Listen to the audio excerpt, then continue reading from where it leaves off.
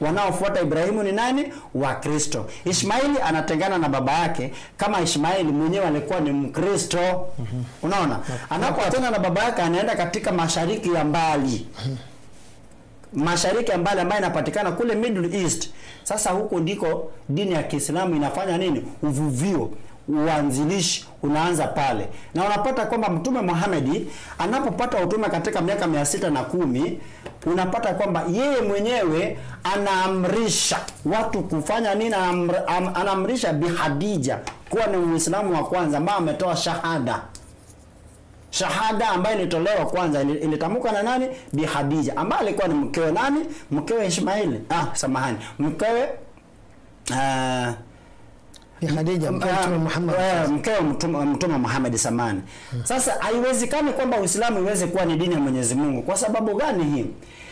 Vigezo ambavyo Waislamu wanavyofuatilia, wanapoingia katika msikiti wanavua viatu. Mimi nataka andiko, mtazamaji na msikilizaji, nataka andiko. Mtume Muhammad sallallahu alaihi wasallam amevua viatu akiingia msikitini. Niingie Muislamu, nirudi katika Uislamu.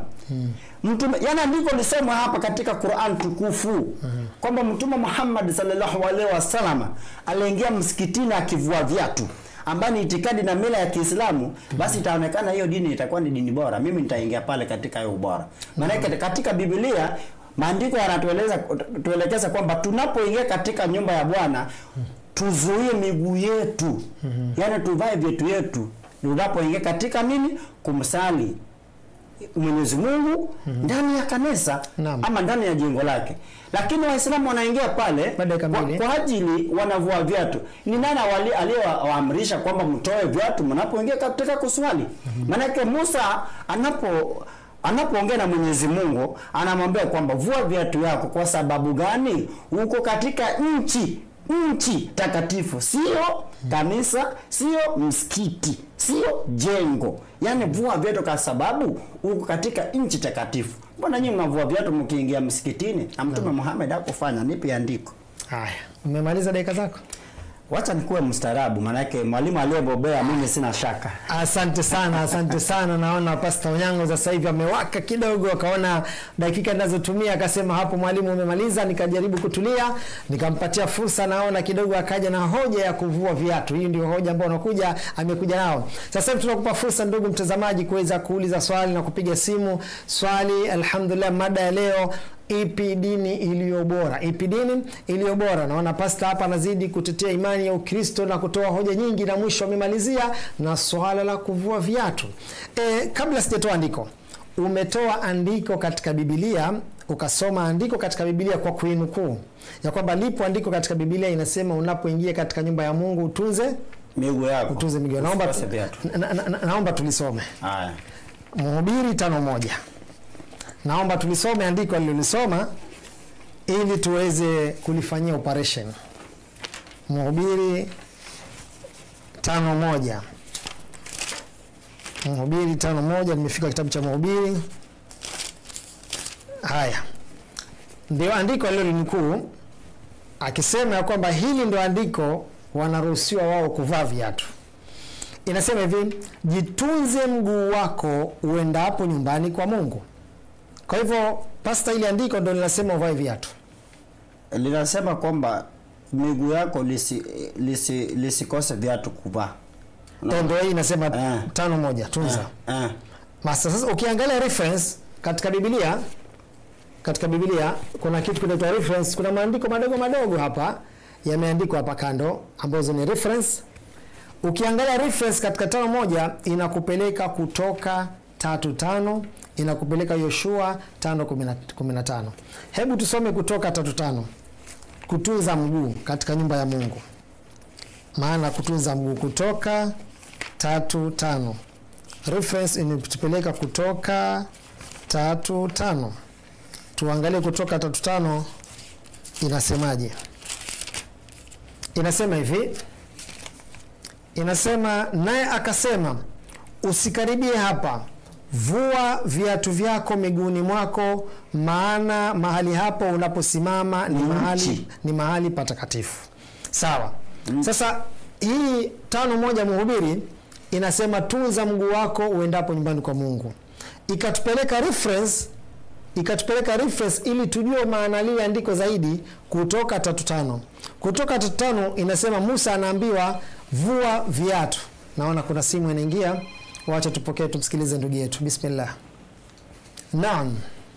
Naam, assalamu alaykum wa rahmatullahi wa barakatuh. Wa alaykum assalam wa rahmatullahi wa barakatuh. Karibu. Habari zenu? Alhamdulillah, tunashukuru. Mashaallah, alhamdulillah, mwanzo na furaha kuona tena. Naam. Kufunga mwezi mtukufu Ramadhani. Alhamdulillah, alhamdulillah. Mimi nimepiga kupongeza kipindi kizuri mashallah. Naam. Na naona debate pia imekwenda poa kabisa. Naam, alhamdulillah. Sina swali langu kushukuru na kuomba Mungu inshallah Mwenyezi Mungu awazidishie na mzidi kutudumisha inshallah. Asante wewe pia inshallah pamoja familia. Shukrani sana, shukrani sana. Barakallahu fikum. Haya, asante.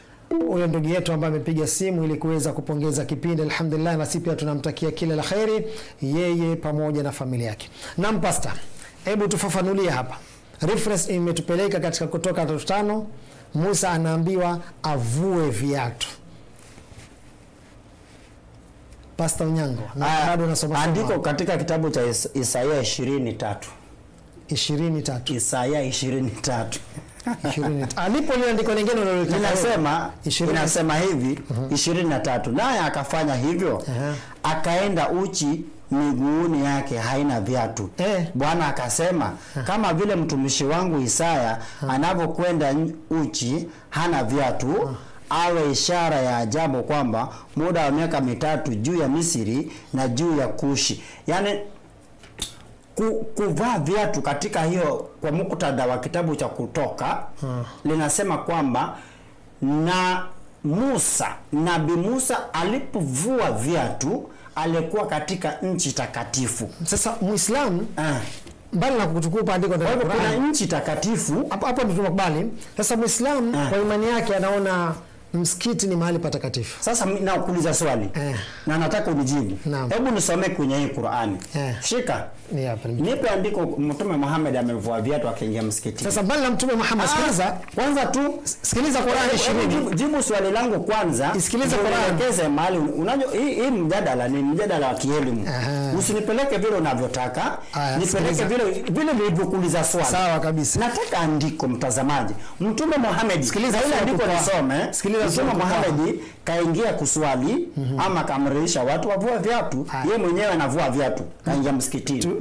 Tumpe pia muda ndugu mtazamaji asikilize zile hoja anavyouliza na vile tunavyojibu. Nitatoa maandiko mawili na nitamwomba pastor tulie kwanza nisikilize vizuri kabisa. Andiko la kwanza nalitoa ni hili. Bismillahirrahmanirrahim. Surah At-Taha sura 20 ya 11. Basi alipofika akaitwa, ewe Musa, bila shaka mimi ndiye Mola wako. Basi vua viatu vyako, hakika wewe upo katika bonde la takatifu la Tua. Mahali patakatifu Muislamu anatakana atoe viatu. Sasa hapa tumepata ni Musa alitoa viatu mahali patakatifu. Sasa je, kwa Muhammad inakuwaje? Sikiliza, natoa andiko la pili. Kwa mvumilivu tu kusikiliza haya maandiko. Natoa andiko la pili. Andiko la pili nalisoma hapa. Bismillahirrahmanirrahim. 42:13 nasoma. Amekupeni sheria ya dini ile ile aliyomuhusia Nuh Ibrahim na tuliokufunulia. Naomba uwe mvumilivu. Haya. Hata kama kidogo kwa mvumilivu tu. Sawa. Amekupeni sheria ya dini ile ile sheria yake aliyomuhusia Nabii Nuh na tuliokufunulia wewe, ambaye Mtume Muhammad huyo, na tuliowasia Ibrahimu na Musa na Isa, kwamba simamisheni dini wala msifarikiane kwayo. Hii dini wamepewa hawa manabii Musa, Isa. Dini hii hawakufarikiana, hawakutengana kwao.